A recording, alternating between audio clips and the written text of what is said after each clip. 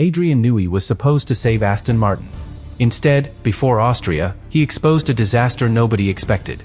This is not just a slow car. This is not just a bad setup. This is not even just Fernando Alonso losing patience. Aston Martin's car has suffered vibrations so severe that Alonso was reportedly limited to around 25 consecutive laps, while Lance Stroll's limit was even lower because of his wrist history. The team has 8 retirements in 7 races. Alonso has 0 points. Stroll has 0 points. Aston Martin is last in the Constructors' Championship. And Newey, the most famous designer in Formula One, admitted he felt helpless. That one word changes everything. Because when Adrian Newey feels helpless, the problem is not normal. The Honda power unit, the gearbox, the battery vibrations, the aero weakness, the lack of clean running, it is all connected. And before the Austrian Grand Prix, Aston Martin is not trying to fight for points. It is trying to prove the project is not already broken from the inside. Subscribe to the channel. Aston Martin should have arrived in Austria with a story of progress. That was the promise. A bigger factory. A Works Honda partnership. Lawrence Stroll's ambition. Fernando Alonso's experience. Lance Stroll's long-term place in the project. And above all, Adrian Newey, the man Aston Martin believed could turn a dream into a title plan. On paper, it looked like the kind of project Formula One had to take seriously. But Formula One does not race on paper. It races with heat, vibration, pressure, data, tires, engines, gearboxes, mistakes, and drivers who know immediately when a car is not telling the truth. And before the Austrian Grand Prix, Aston Martin's car is telling a very ugly truth. This is not just a car that lacks pace. It is a car that does not seem properly connected to itself. That is why Newey's situation is so shocking. He was not brought in to manage embarrassment. He was brought in to build belief. His name was supposed to give Aston Martin technical authority, the feeling that even if the first step was difficult, the direction was finally serious. But now, the team is last. 0 points for Alonso. 0 points for Stroll. 8 retirements in 7 races. And a car that has created physical concern for the drivers, not just competitive frustration. That is where this story becomes different from a normal bad season. Every team can build a slow car. Even great teams have missed a regulation change. Even champions have produced difficult machines. Even the best engineers have had concepts that did not work as expected. But Aston Martin's problem sounds deeper. Because the AMR26 has not just been slow. It has been unstable, unreliable, uncomfortable, and difficult to understand. And when those problems arrive together, a team cannot fix them one by one like simple boxes on a checklist. They start feeding each other. The car does not run enough, so the team lacks data. The team lacks data, so the engineers cannot fully understand the car. The car is hard to understand, so upgrades become risky. Upgrades become risky, so development slows. Development slows, so the drivers lose confidence. The drivers lose confidence, so the feedback becomes more desperate. And once desperation enters a Formula One garage, every session starts feeling heavier. That is exactly what Aston Martin has walked into. The first warning came before the season even began. The car arrived late to pre-season testing in Bahrain. 4 days late. In Formula One, that does not sound like much to casual viewers, but it is enormous. Those lost days are not just lost laps. They are lost answers. Every lap in testing is a question. Does the cooling work? Does the gearbox shift cleanly? Does the engine deploy smoothly? Does the car match the simulator? Do the drivers feel what the engineers expected? Does the floor behave? Does the car survive long runs? When Aston Martin lost that early time, they lost the chance to catch problems before the world saw them. Then Lance Stroll finally got on track, and the car managed only a few slow installation laps before stopping. The team called it precautionary, but the meaning was clear enough. The project was already behind. But Barcelona revealed the real danger. Severe vibrations. That word might sound harmless at first. Every racing car vibrates. Formula One cars are stiff, loud, violent machines. Drivers live with discomfort. They accept heat, force, noise, and pressure as part of the job. But this was different. According to the source report, the vibrations were so severe that they traveled from the Honda power unit through the chassis, into the steering wheel, and into the driver's hands. That is not normal discomfort. That is the car physically attacking the person driving it. And when Newey later revealed the reported lap limits, the entire situation changed. Alonso believed he could not manage more than 25 consecutive laps without risking permanent nerve damage to his hands. Stroll, because of his wrist history, believed he could not exceed 15 laps before reaching that limit. Think about that. A Formula One car built for Grand Prix racing, and the drivers are facing physical limits long before a normal race distance. That is not a setup issue. That is a structural crisis. Because once driver health becomes part of the technical story, everything becomes more urgent. You cannot simply tell Alonso to push through it. You cannot ask Stroll to ignore the risk. You cannot build a development program around long runs if the drivers physically cannot tolerate the car for long enough. So Aston Martin's biggest problem is not only that the car is slow. It is that the car is preventing the team from learning quickly. That is the cruel loop. They need laps to fix it. But the car's behavior makes laps harder to complete. And that is why Newey's helpless comment matters so much. This is not a man with a reputation for excuses. Newey's career is built on finding solutions where others only see limits. He helped create championship cars at Williams, McLaren, and Red Bull. His designs shaped eras. When Aston Martin signed him, they were not just signing an engineer. They were signing belief. So when someone like that says he feels helpless, it does not sound like weakness. It sounds like exposure. It tells the paddock that the problem is beyond a normal upgrade path. It tells everyone that the issue is tied to the foundation of the car, the parts that must work before aerodynamics can even matter. And that brings us to the heart of what is wrong inside Aston Martin. The car is not behaving as one machine. The Honda power unit and the Aston Martin gearbox appear to be struggling to work together cleanly. The source report describes a failure in the interface between the power unit and gearbox, creating conflicts between the hybrid energy deployment and the mechanical behavior of the car. In simple terms, the electric power and the gearbox are not always agreeing. That is a nightmare for a driver. Because a Formula One driver depends on predictability. He needs to know what will happen when he brakes. He needs to know how the rear axle will behave when he turns in. He needs to know how the power will return when he starts accelerating. He needs the car to give the same answer each time. A difficult car can still be driven if it is honest. A dishonest car destroys trust. And Alonso's comments show exactly that. He described corners where it felt like pulling a handbrake, with both rear wheels locking. Then other corners where it felt like half throttle while braking, sending him straight on. He said every lap felt like a lottery. That is one of the most damning things a driver can say. Because racing is not supposed to feel like a lottery. Racing is supposed to be repeatable.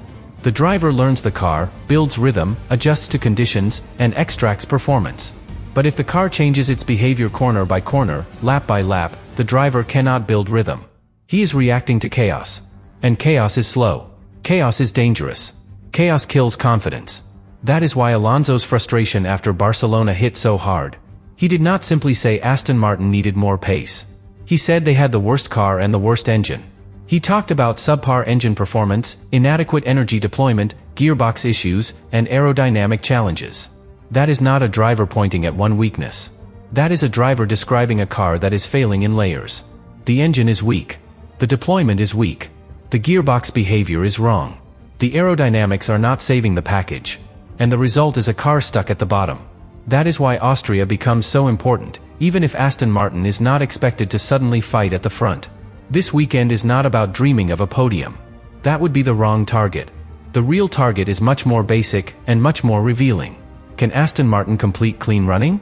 Can both drivers survive proper long stints without severe vibration concerns? Can the Honda system deploy energy predictably? Can the gearbox stop making the rear feel unpredictable?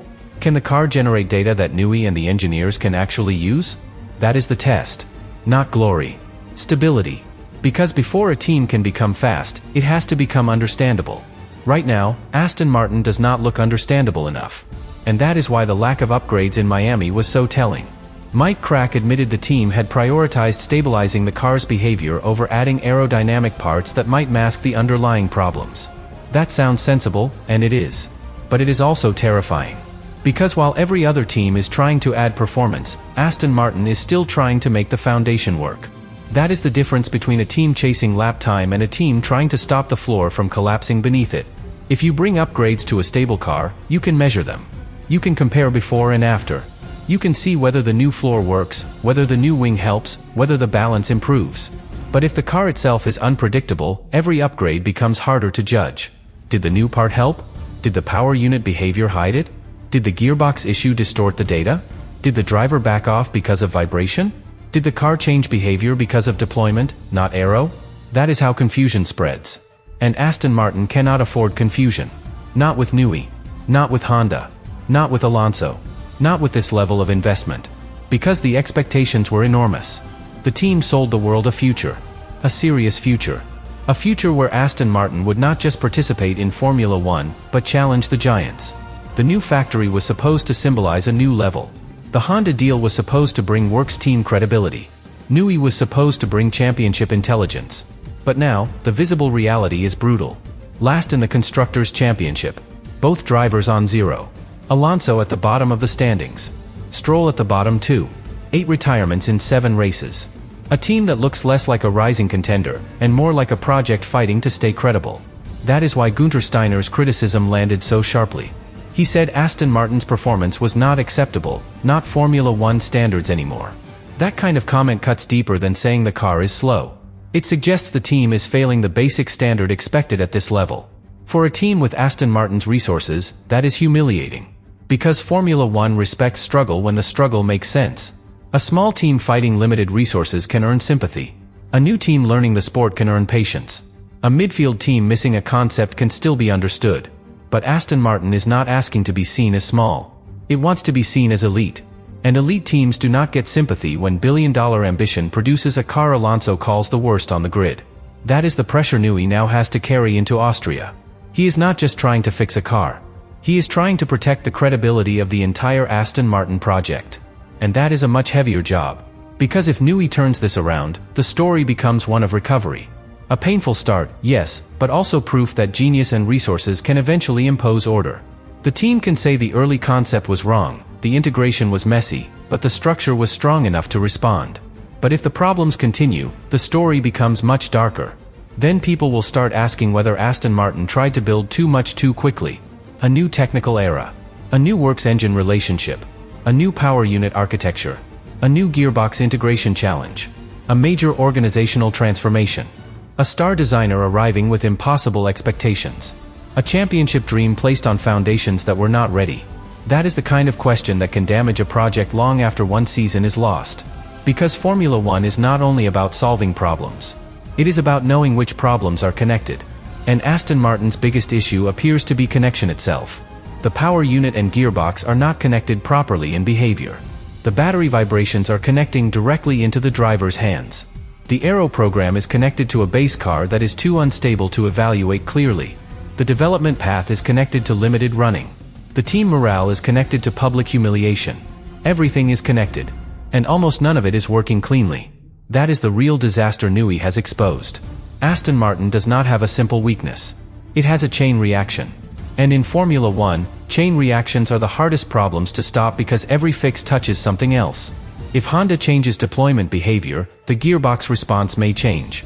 If Aston Martin changes the gearbox mapping, the traction behavior may change.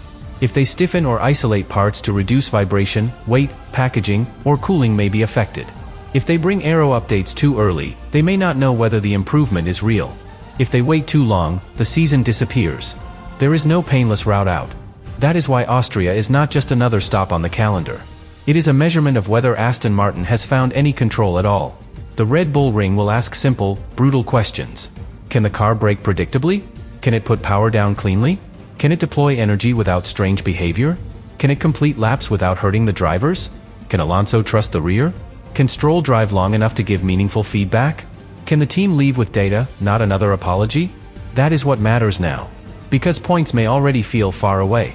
But trust cannot be allowed to disappear completely. If Alonso stops believing the project can recover, the team loses more than lap time.